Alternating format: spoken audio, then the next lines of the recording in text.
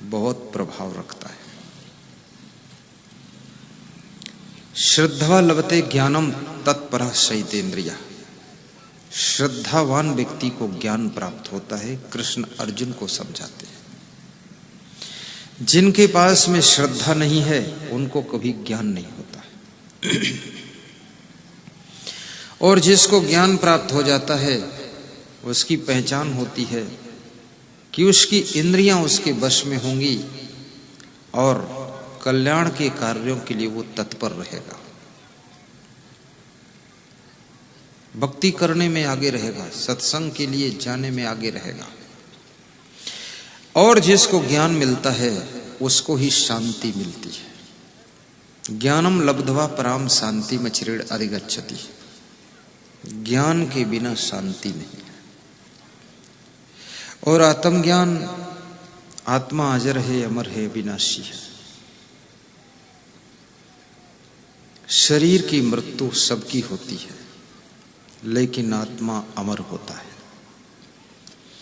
आपके पति की भी मृत्यु होगी, आपकी पत्नी की भी मृत्यु होगी, माँ बाप की भी मृत्यु होगी, बेटे की भी मृत्यु होगी, गुरु जी की भी मृत्यु होगी। भगवान राम और कृष्ण की भी मृत्यु हुई थी। मृत्यु तो शाश्वत सत्य है, सभी की मृत्यु होती है।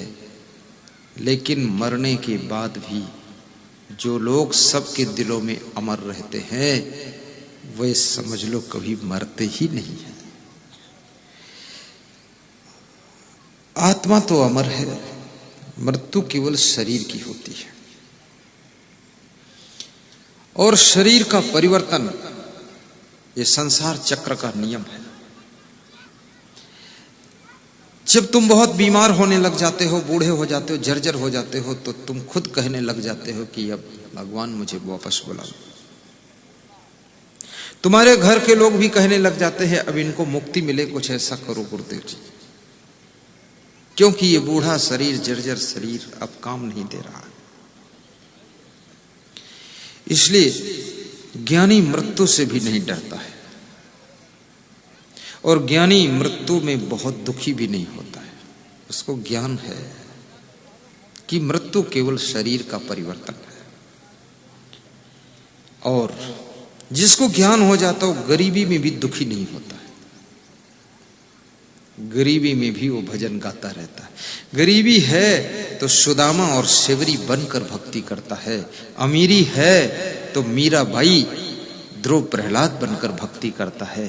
वो हर कंडीशन में भक्ति और सत्संग में लगा रहता है। आपकी भक्ति फलित हो, आपका मन सदैव सत्संग में जुड़ा रहे, ऐसी शुभकामना करता हूं। धार्मिक कार्यों के लिए आप बहुत कुछ कर सके, ऐसा आपके लिए आशीर्वाद प्रेषित करता हूं। और ज्ञान के प्रचारक भक्त बने, सीधे बैठ जाए। उज्जैन में आश्रम का प्राविधान चल रहा है, जहां पर लाखों भक्तों के ठहरने का आश्रम बनेगा, प्रवचन के लिए आश्रम बनेगा, समाज सुधार के लिए आश्रम बनेगा, नशा व्यसन मुक्ति के लिए आश्रम बनेगा। ऐसे आश्रम में आप अपना भारी योगदान प्रदान कर सकते हैं।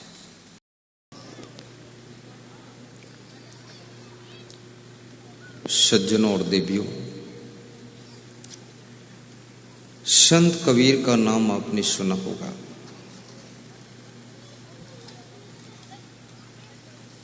संत कबीर से किसी भक्त ने प्रश्न पूछा है,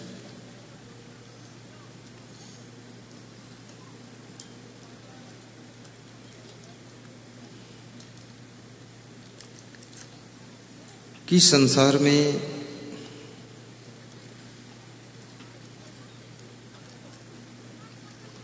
मनुष्य सबसे अधिक बुद्धिमान प्राणी है। इसका हर कार्य निराला रहता है, परंतु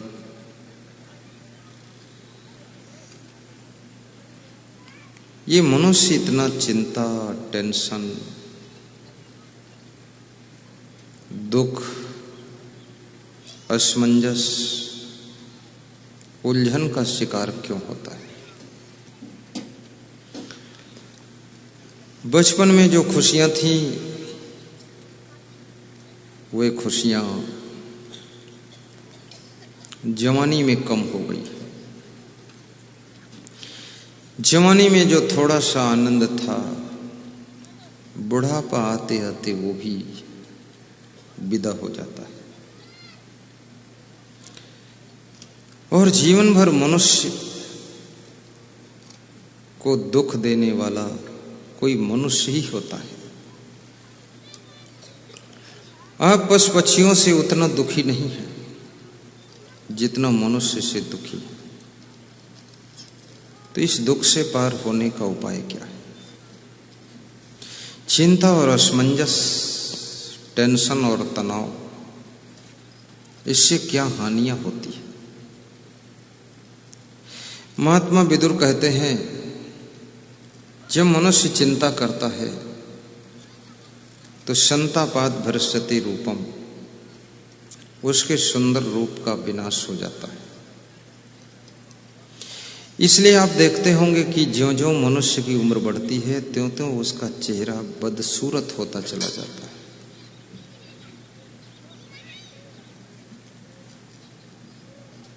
और कितने लोगों के मुंह का शक्ल इतना बिगड़ गया है, वे जब शीशा में खुद को देखते हैं तो उनको लगता है कि मैं खड़ा हूं कि कोई भालू खड़ा है।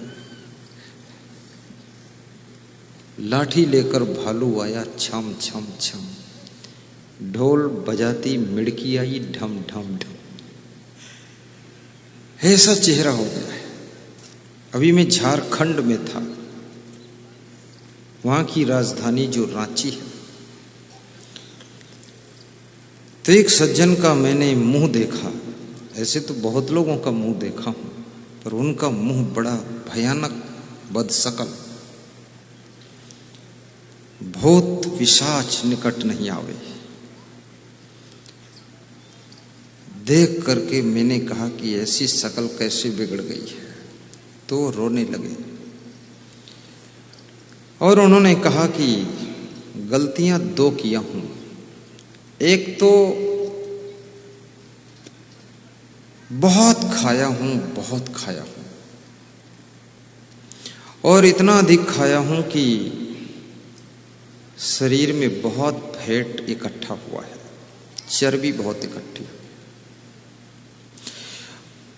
दूसरा, इतनी चिंता किया हूं कि रात रात सोया नहीं हूं। जो लोग सोते नहीं हैं उनकी आंखें ऐसे फूल जाती है, आंखों के नीचे हवा जैसी भर जाती है। और तुम्हारे जागने से कोई काम होने वाला भी नहीं। इतना जरूर है, जितना ज्यादा तुम जागोगे उतना ज्यादा तुम्हारा स्वास्थ्य बिगड़ता जाएगा। बहुत अच्छे डॉक्टर से पता लगाया गया है मनुष्य को कितना सोना चाहिए, तो डॉक्टर ने बताया है 7 घंटा तो सोना ही चाहिए। आज आपके देश का प्रधानमंत्री वो भी 6 घंटे तो सोता ही है। 10 बजे, 10:30 बजे वो सो जाता है और सवेरे 4:45 पर उठ जाता है।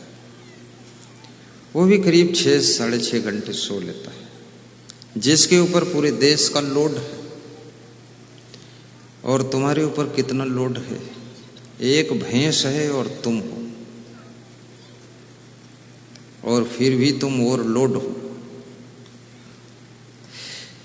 और कितने लोग सोचते हैं पूरे परिवार का भार सब हमारे ऊपर ही है, बहुत चिंता करते हैं। तुम्हारी दशा ऐसे है जैसे एक बैलगाड़ी जा रही थी, उस बैलगाड़ी के नीचे एक कुतिया जा रही थी और कुतिया बहुत कराह रही थी। तो किसी गांव में बैलगाड़ी निकलती है, तो गांव की दूसरी कुतिया ने उससे पूछा कि बैलगाड़ी तो बैल खींच रहे हैं, तू बैलगाड़ी के नीचे नीचे चल रही है, तू क्यों करा रही? तो उसने कहा ये बैलगाड़ी का वजन तो मेरे ऊपर ही सब है। देखने में लगता है कि बैल खींच रहे हैं, बाकी ये लोड तो मेरे ऊपर ही।